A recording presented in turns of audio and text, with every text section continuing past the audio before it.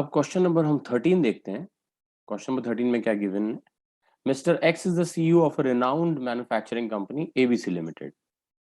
The setup of his business is huge. In the northern part of the country, there is hardly any other manufacturing firm which can compete with both quality and quantity of goods manufactured by ABC Limited. However, recently, due to some issues with the laborers working in his company, the situation has turned alarming. The orders are waiting to be finished, but the HR department is unable to provide the adequate workforce required in order to finish the orders on time. Mr. Subhash, who was working as the employee of the organization, recently left and took with him contacts of hundreds of laborers. अब यहाँ पे जो which external source of recruitment is highlighted in the above case, ठीक है ना, idea लग रहा होगा यहाँ पर क्या होगा इसका आंसर है लेबर कॉन्ट्रैक्ट। तो लेबर कॉन्ट्रैक्टर जो होता है वो कई सारे उनके कॉन्टैक्ट में होता है और मैं आपको बताऊं अगर लेबर कॉन्ट्रैक्टर चला जाता है तो अपने साथ वो काफ़ी सारे कॉन्टैक्ट्स भी ले जाता है। सो ये भी एक ड्रॉबैक है इसके छोड़ने का। ऑब्वियसली लेबरर्स डायरेक्ट तो मैनेजमेंट से इंटरेक्ट नहीं करेंगे, दे वुड रिक्वायर सम गाय जिसके थ्रू वो रिक्रूट हो पाए, and that guy is labour contractor. Which other sources of recruitment can be used by the organization to make the laborers available in the near future? और कौन से हो सकते हैं? तो लेबर के केस में एक आपको ध्यान होगा डायरेक्ट रिक्रूटमेंट होती है, ठीक है ना। जो स्किल्ड अनस्किल्ड बदली वर्कर्स वाला क्वेश्चन हमने किया था वो यहाँ पर हम देख सकते हैं, राइट। तो ये क्वेश्चन हो गया। इसके बाद हम अब चलते हैं आगे, बढ़ा देते हैं, अब आगे बढ़ते हैं। ओके, क्वेश्चन नंबर 14 देखते हैं। Sajjan is the HR head of an organization. He has been given the task of identifying and attracting prospective employees for various job positions. There are specific directions which have been given to him by the top management. The last week of the current month has been finalized for assessment, evaluation, and final matching of the candidates. From the starting of the next month, the acquainting and skill development of the finalized employees will start. Question है which aspects of staffing have been highlighted in the above case. तो आप में से कुछ लोग सोच रहे होंगे ये क्वेश्चन कहाँ से आ गया। ये क्वेश्चन बिल्कुल आपके कोर्स में से ही है और ये एस्पेक्ट्स ऑफ स्टाफिंग में आता है। और जो एस्पेक्ट्स ऑफ स्टाफिंग होते हैं वो होते हैं रिक्रूटमेंट, सिलेक्शन एंड ट्रेनिंग, ठीक है। तो अगर यहाँ पे हम देखें, he has been given the task of identifying and attracting prospective employees for various job positions, ये कौन सा हो गया? ये हो गया रिक्रूटमेंट, ठीक है। पॉइंट समझ में आ गया कौन सा वाला बता रहा हूँ मैं। यहाँ पर he has been given the task of identifying and attracting prospective employees for various job positions. उसके बाद the last week of the current month has been finalized for assessment, evaluation and final matching. Final matching मतलब job के साथ किनको देना है, तो वो हमारा क्या हो जाएगा? वो हमारा हो जाएगा सिलेक्शन, ठीक बात है। तो दूसरा एस्पेक्ट जो यहाँ पर हाईलाइट हो रहा है वो कौन सा है? Selection, right. उसके बाद हम देखते हैं from the starting of the next month acquainting and skill development. Acquaintance क्या होता है? जान पहचान, ये सब चीजें, एंड स्किल डेवलपमेंट, ये सब चीजें शुरू हो रही हैं। तो ये हो जाएगा ट्रेनिंग, ठीक है ना। ये हमारे 3 पॉइंट्स यहाँ दिखाई देते हैं, recruitment, selection and training. Okay, done. अब हम देखते हैं question number 15।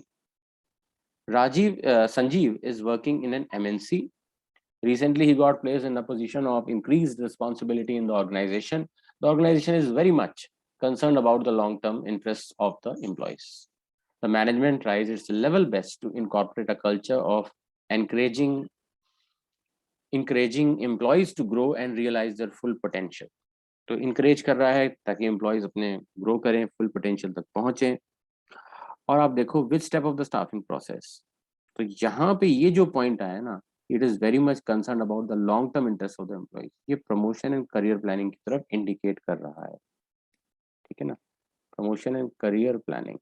Okay, also name the step which precedes and follows it. तो प्रीसीड्स वाला हम इसके पास लिख लेते हैं, ठीक है ना। जो प्रीसीड कर रहा है वो है परफॉर्मेंस अप्रेजल, ठीक है ना। परफॉर्मेंस अप्रेजल होता है जिसको हम कहते हैं, जिसके अंदर सेटिंग स्टैंडर्ड्स होता है, इवैल्यूएशन ऑफ द कैंडिडेट होता है, फिर प्रोवाइडिंग फीडबैक होता है ना। उसके बाद आता है प्रमोशन, करियर प्लानिंग, और उसके बाद आता है कॉम्पेंसेशन। तो ये स्टेप्स होते हैं। सबसे पहले एस्टिमेटिंग मैन पावर रिक्वायरमेंट, फिर रिक्रूटमेंट, फिर सिलेक्शन, उसके बाद फिर ये होता है प्लेसमेंट एंड ओरिएंटेशन, फिर आता है ट्रेनिंग एंड डेवलपमेंट, उसके बाद आता है ये परफॉर्मेंस अप्रेजल। परफॉर्मेंस अप्रेजल के बाद आता है प्रमोशन एंड करियर प्लानिंग, और उसके बाद आता है कॉम्पेंसेशन। तो ये 8 स्टेप्स होते हैं। तो ये सारे स्टेप्स मैंने आपको बता दिए यहाँ पर, राइट। अब हम चलते हैं नेक्स्ट क्वेश्चन पर। ओके, तो क्वेश्चन नंबर 16 और की तरफ देखते हैं हम। Let us see what the question says. ABC is an organization which has recently been facing shortage of technical employees. The top management of the company has instructed the HR department to contact a source which would help them provide access to a compiled biodata of a large number of candidates. However, the head of the HR department told the top management that this source would be asking for fees for their services. तो वो लोग कौन है जो biodata compile करके रखते हैं, and they also charge good fees, which is placement agencies. ठीक है ना, प्लेसमेंट एजेंसीज यहाँ पर आंसर होगा। उसके बाद हम आते हैं क्वेश्चन नंबर 17 पर। Sandeep runs a shoe manufacturing factory. Recently, there has been a shortage of shoe designers in his firm who fulfill the specifications of the demands of the job. In order to bring new blood in the organization, he has decided to go for external recruitment to recruit new designers. However, he has approached a source of recruitment which sometimes doesn't update data of the interested candidates. तो यहीं से आपको answer पता लग जाना चाहिए इसका, है ना। वो कौन सी ऑर्गेनाइजेशन है जिसको जो एम्प्लॉयमेंट इंडिया में बढ़ा सकती है, ठीक है ना। आपने इंडियन इको में भी पढ़ा होगा कि उसमें कहते हैं हाउ आप में एम्प्लॉय कैसे अनएम्प्लॉयमेंट हटाएंगे। उसमें एक पॉइंट है एम्प्लॉयमेंट एक्सचेंजेस को भी बेटर करना होगा। ये भी एक पॉइंट हम लिख सकते हैं, एम्प्लॉयमेंट एक्सचेंजेस के अंदर इंप्रूवमेंट करना। तो यहाँ पे एम्प्लॉयमेंट एक्सचेंज की बात हो रही है और सोर्स ऑफ रिक्रूटमेंट में एक एम्प्लॉयमेंट एक्सचेंज भी है। अब एम्प्लॉयमेंट एक्सचेंज के साथ एक ड्रॉबैक ये होता है, sometimes they don't update the data. ठीक है ना, ये आपने ये चीज यहाँ पर पढ़ी होगी। सो ये हो जाएगा एम्प्लॉयमेंट एक्सचेंज, ये एक्सटर्नल रिक्रूटमेंट का ही पार्ट है। ठीक है, ओके। तो इसके बाद हम आगे बढ़ जाते हैं। ऑलराइट, तो हम नेक्स्ट क्वेश्चन देखते हैं students. Question number 18। Okay, let us see question number 18। Mr. A has decided to go for internet as the source of recruitment for his company. ठीक है, he has recently contacted this external source to fulfill his aim. However, this decision of Mr. A has created a feeling of frustration in the minds of current employees. They think that due to outsiders, their chances of promotion will get reduced, which external source of recruitment is indicated above, in the above case. ठीक है, तो देखो यहाँ पर, ये देखो यहाँ पे इंटरनेट है ना, ये हमें किस तरफ इंडिकेट कर रहा है, आसान हो गया, वेब पब्लिशिंग। ठीक है ना, वेब पब्लिशिंग हो गया। बाकी सारी बातें एक तरफ, जो क्वेश्चन है उसका आंसर हमने यहाँ ढूंढ लिया। अब आते हैं question number 19। Ravi Taneja has applied for the post of curator in a museum. ठीक है ना, म्यूजियम का ध्यान रखने वाला क्यूरेटर होता है। The management of the museum wants a person who has a lot of interest in the old age preserved artifacts. बर्तन वर्तन जो ये पुराने होते हैं आर्टिफैक्ट्स में आ जाते हैं। In order to ensure that mister Taneja has the required tools वगैरह, ये सब आर्टिफैक्ट्स में आ जाते हैं जो हाथों से बनाए गए हैं। ठीक है, ensure that mister Taneja has the required pattern of interest regarding his work they have designed it. तो इसका इंटरेस्ट का पैटर्न ऑफ इंटरेस्ट चेक कर रहे हैं एक टेस्ट से। Which process is indicated above. Process तो आप समझ गए होंगे यहाँ पर। हाँ, यहाँ पर तो वो बात कर रहे हैं जी सिलेक्शन की, सिलेक्शन प्रोसेस हो गया, क्योंकि यहाँ पे सिलेक्शन टेस्ट भी इंडिकेट कर रहा है pattern of interest. Identify the step highlighted, तो स्टेप हाईलाइटेड हो गया selection test which is the second step. सही बात है, इसी प्रोसेस का जो सेकंड स्टेप है वो यहाँ पे हाईलाइटेड है, सिलेक्शन टेस्ट। और विच टेस्ट इज इंडिकेटेड, इसमें से सिलेक्शन टेस्ट में से जो 5 टेस्ट इंडिकेट गिवन है उनमें से कौन सा। द आंसर इज देखिए यहाँ पे हम देख लेते हैं एक बार। Interest test, pattern of interest, ये देख रहे हो ना आपके पैटर्न ऑफ इंटरेस्ट बता रहा है, तो इंटरेस्ट टेस्ट।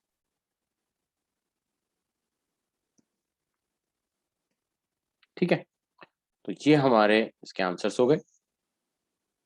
अब हम आगे चलते हैं, let us go ahead.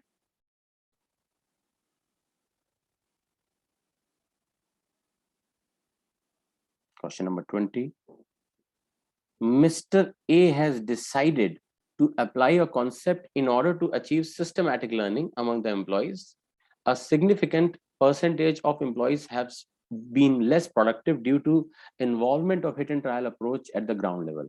According to Mr. A, the application of this concept will increase productivity both in terms of quantity and quality. ठीक है? Which concept is Mr. A thinking of applying in the organization? यहाँ पे कौन सा concept apply करने की सोच रहे हैं मिस्टर ए? तो जो पहली लाइन बता रही थी systematic learning among the employees, उसी से आइडिया लग जाता है। ठीक बात है ना? तो वो हो गया हमारा ट्रेनिंग। इसको हम लिख देते हैं, ये हो गया training. Name two benefits which the employees. अब यहाँ पर जो ट्रेनिंग के बेनिफिट्स हैं वो हमें ऑर्गेनाइजेशन वाले नहीं देने, हमें ऑर्गेनाइजेशन वाले ना देकर एम्प्लॉइज वाले देने हैं। सो इम्प्रूव्ड स्किल्स एंड नॉलेज एक हो सकता है जिसको हम देख सकते हैं यहाँ पर, और एक हमारा हो सकता है इंक्रीज्ड परफॉर्मेंस। इसके अलावा दो और हैं, हैंडलिंग मशीन्स भी एक हो सकता है, ठीक है, और एक सेटिस्फैक्शन मोटिवेशन बढ़ाना। लेकिन हमने सिर्फ यहाँ पे दो बेनिफिट्स लिखने हैं, तो वो दो बेनिफिट्स यहाँ पर हम लिख सकते हैं। That takes us to the next question. अब हम चलते हैं नेक्स्ट क्वेश्चन की तरफ। Mister A joined an organisation along with his friend Mr. B. He joined as the marketing head, whereas his friend joined as the operations head. After 5 years of their job tenure, it was realized that the performance of Mr. B was very good and he benefited the organization immensely with his presence. However, Mr. A proved to be a burden on the organization and his performance remained dismal throughout this period. Ultimately, Mr. A was asked to resign from his post. तो अपनी post से उनको resign करना पड़ा। इन the above case which process was performed in case of Mr. B but not Mr. A? तो यहाँ पर वो कौन सा प्रोसेस था जो फॉलो किया गया, और वो प्रोसेस था सिलेक्शन। ठीक है, सिलेक्शन से हमारे पास बेस्ट कैंडिडेट्स आते हैं, तो यहाँ पर वो था। Also name the second, fifth and six step of this process. तो इतनी देर से मैं आपको बता रहा हूँ, अब ये काम मैं आपके ऊपर छोड़ देता हूँ। सेकंड स्टेप कौन सा है? Selection test. फिफ्थ स्टेप कौन सा होता है इस प्रोसेस का? फिफ्थ स्टेप होता है सिलेक्शन डिसीजन, राइट। और सिक्स स्टेप क्या होता है? Medical examination. ठीक है ना? तो सेकंड स्टेप क्या है? Selection tests. ये हमारा कौन सा हो गया? Second step. सेकंड ईयर क्या? ठीक है, उसके बाद हम देखते हैं फिफ्थ कौन सा है। तो फिफ्थ में हम देख सकते हैं answer will be selection decision, जो इमीडिएट कंसर्न मैनेजर होता है। ठीक है, और सिक्स स्टेप जो है हमारा दैट इज मेडिकल एग्जामिनेशन। तो ये भी बहुत जरूरी है, ठीक है ना, कि हम मेडिकल एग्जामिनेशन करवाएं और उसके बाद ही किसी कैंडिडेट को चूज करें, राइट।